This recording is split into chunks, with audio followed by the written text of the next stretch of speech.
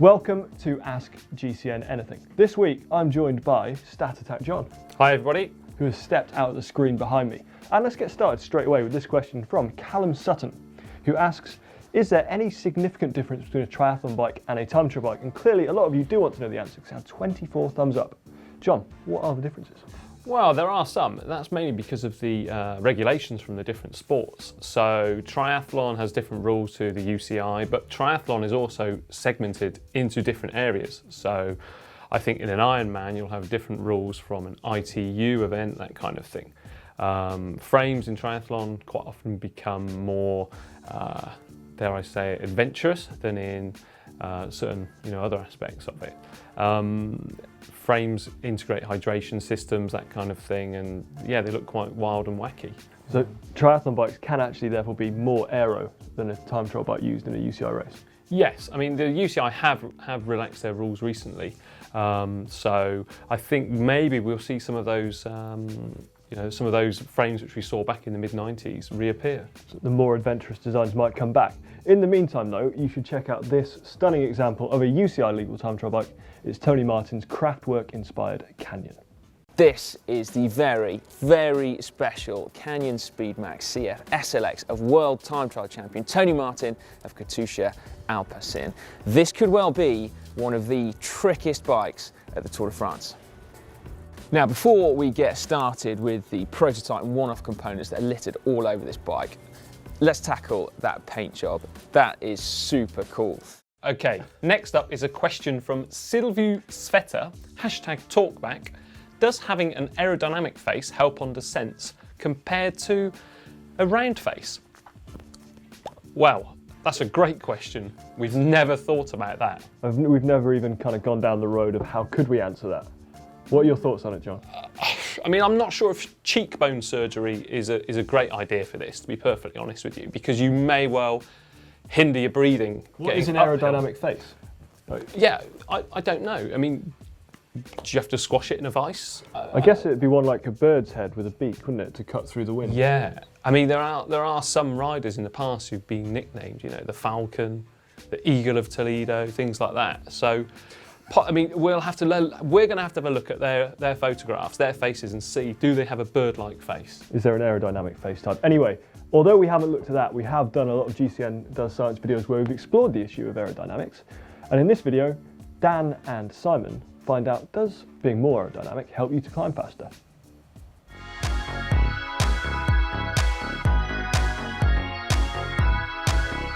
How are we going to test this then? Well, to put it simply, we're each going to ride up the climb twice. The first time riding on the tops, so in a really upright position, and the second time in the most aero position we can manage.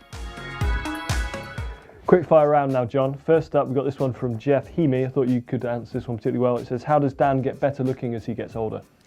I don't know, and I don't know if that's actually from Jeff or if that's from Dan. Yeah. Thanks for your question, Dan. Moisturiser? Who knows? On to the next one, Ashman Racing. Can you do a video where all presenters get £200 to find a gem, in inverted commas, of a bike, and then do 3 challenges, sprint, hill climb or TT? I think that's a cracking idea. Yeah, great idea. I think that's really one we should explore. It'll be quite frankly terrifying as well. Definitely. Jarno the Prince, this is one for the rapid fire round, and it's also one for John. How many sets of cleats does a pro rider get through in one season? I honestly do not know. It's interesting of this one because some riders are really mechanically minded and others, they just give their shoes over to the mechanic and they let them do it. Whereas others, they will sit there and measure them and everything, and really give mechanics quite a hard job on that. Yeah, don't know. It depends how much they like to walk around, play football in the shoes. Yeah, who knows? 5 or 10? I wouldn't have thought 10. I would have thought 5 probably at the most, yeah. It depends as well what pedal cleats you're using as well. Frank Villani, what are your thoughts on racing with a water bottle in a 30-minute crit? I would do it. What about you? No. Doesn't matter. Ed Markey, what's with the tour riders drinking Coca-Cola? It's not a healthy sports drink. A quick sugar rush. Yeah, a quick sugar rush, something different from the norm, something different from water or an energy drink which may not agree with them.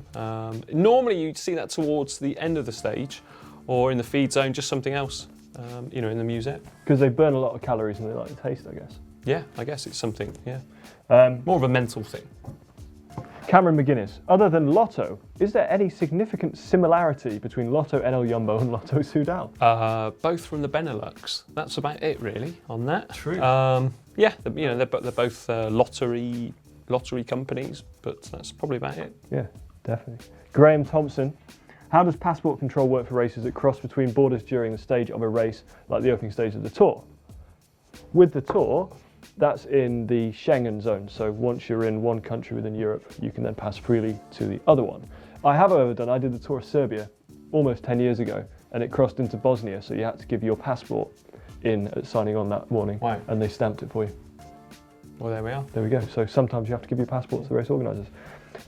Peter Colline, are there any vegetarians or vegans in the Pro Peloton? Yes, I think Simon Geschke is. Really? Yeah, I think so. Veggie or vegan? Not sure, but I think he is. I think he's a vegetarian. Yeah. Martin Chilingi was, but he's no longer in the Pro Peloton as he retired recently. Yeah, that's right. Yeah, and also there was the ill-fated Linda McCartney team, which our very own Matt Stevens raced for. Matt Stevens was a vegetarian in the Pro Peloton. Yeah. Anyway, if you know of any more, let us know in the comments. Finally, Kalina Chakalova. Hi GCN, can I combine a 52 chainring with a 34 chainring? John, I thought this was one for you. It may work, but the shifting will not be perfect. It's just purely because of the drop from one to another, or ramp up is not going to be ideal. Try and get a 50 chainring or a 36, but I think that gap is going to be a little bit too big to have good shifting. It's a bit of a bodge. Yeah. This is a good question, John, and it's definitely one for you again. It is from News, who asks, is there any need to have the UCI minimum weight limit? Oh, great one. Well, back in the late 90s, I think it was, the UCI actually introduced that. It's because riders were fed up, really, of their heavy bikes. I mean, they were just coming out of the steel era of bikes, so bikes previously were pretty heavy. So they were going into aluminium, experimenting with carbon fibre, that kind of thing. Simply, riders were going to their mechanics and they were asking them to do things, not naughty to them, not like motors in them or anything like that, but they were actually asking them to scrap weight, so drill holes in, file things off, that kind of thing. So ultimately, parts were becoming not safe really for the use. So imagine hurtling down a descent. Some of these riders back then, going some fast speeds. With no helmet. Yeah, that's right, yeah, without a helmet as well. So really, yeah, they just weren't safe for the purpose. So the UCI, though, are planning to actually revisit this, I think for 2018, because technologies have moved on, manufacturing has really, made some drastic improvements since then. And I guess if that's what you're saying, if it was about modifying parts, the UCI have kind of covered that one off as well by mandating that all parts are commercially available. Yeah. So there's kind of, I guess, less opportunity to drill into your cranks or something like that. Yeah. Anyway, it isn't always the fact that a lightest bike is best, or even the case that pros have bikes that are right on 6.8 kilos, as Dan found out at the Dubai Tour. Look, 7. Right on cue. You had one request for a reweigh because Alex Dowsett here is showing off the fact that he's got 2 bikes. So here for the hilly stage, you're on your lighter one. You think? Yeah. What do you think this one weighs? 6.853. Right, let's put it to the test.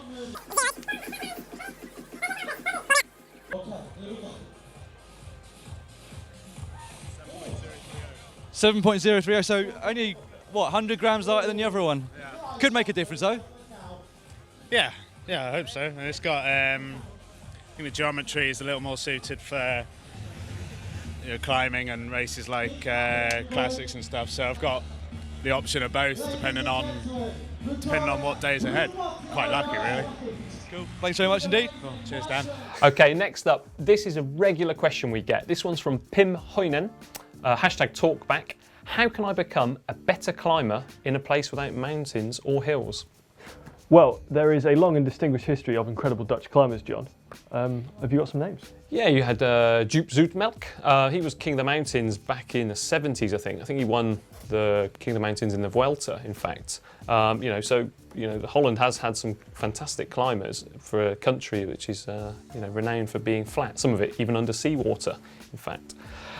Steven Rooks, King of the Mountains, Tour de France. Gert-Jan Teunissen, You know, and I mean, more recently there's been some names as well, hasn't there? You know, like Wout Poels, Stephen Kruijswijk, Tom Dumoulin. So I think the fact is you can become an amazing climber even if you don't perhaps have immediate access to a load of climbs, and it's all about sustained, consistent power output, isn't it? Yeah, that's right. It's all about getting out that power, and you don't have to have the mountains for it. You know, you could try riding into headwinds a lot. I mean, again, it's all about just getting that power out. Yeah, Robert Hessink used to train into headwinds so that it felt like there was some resistance. Yeah, that's right.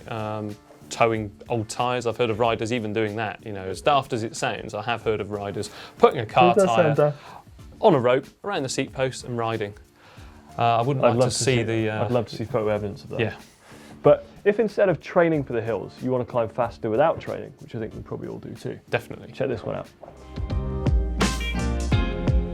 What's better for climbing, in the saddle or out of the saddle? It's an impossible question to answer because what works for some doesn't for others.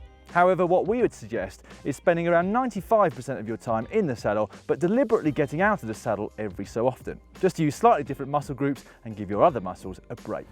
Final question now. Don't forget to comment with your questions for Ask GCN next week. And this one is from Sam Carleton, who is asking, why is my FTP outside always higher than when they test it inside on the trainer? That's an interesting one, because personally, I would find mine to be higher inside than outside. Really? Yeah, because inside, you can control the environment. So you're always going to have the same resistance. You're not going to have headwind, tailwind, potholes, corners, children, anything like that, you know, to contend with when you're out riding. True. True. So that's a really interesting one. Let us know your FTP in the comments. Yeah, I would say that if you are testing your FTP outside and comparing it to an FTP that you've tested inside, you probably need to do it on a dead flat road as well. Doing it on a climb does game the system a little bit because you get out of the saddle and stuff like that. Yeah, definitely. But if you want to improve your FTP and your general fitness, we suffered through a whole load of training sessions for your benefit. Check this one out.